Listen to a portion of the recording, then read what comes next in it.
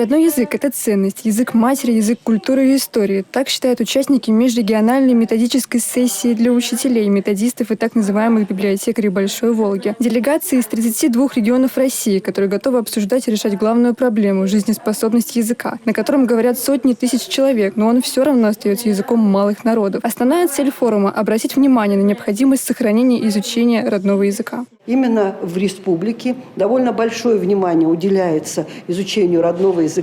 Неплохо обстоят дела с учебно-методическим сопровождением изучения родных языков. Есть программы, есть учебники, а главное, есть классы, в которых изучается родной язык.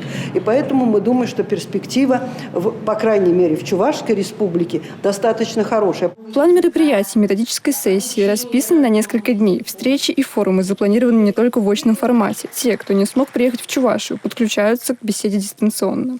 Мы надеемся, что связь нас не подведет и что тяжелая эпидемиологическая ситуация не является преградой для изучения родного языка, родной литературы. Повторяю, потому что это наша память. А человек без корней перекати поле. В рамках празднования 150-летия чувашской письменности на 10 ноября в Национальной библиотеке запланирована всечувашская акция О-150. О, как первая буква чувашского алфавита, олицетворяющая новую письменность. В этот день в стенах библиотеки пройдут живые уроки, презентации фильма «150 лет новой чувашской письменности», игры и мастер-классы. Уникальной площадкой акции станет гостиная «Фолктябель». В этой гостиной будет представлено все самое интересное.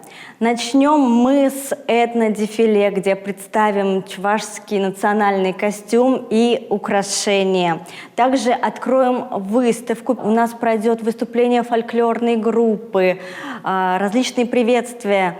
И после этого наши гости, активные общественные деятели, ученые, краеведы, блогеры смогут принять участие в записи ток-шоу «Чувашский вопрос». Акция пройдет благодаря грантовой поддержке Фонда сохранения и изучения родных языков народов Российской Федерации. Надежда Макашина, Роза Деминцева, Бахтияр Велиев, Павел Иридков. Республика.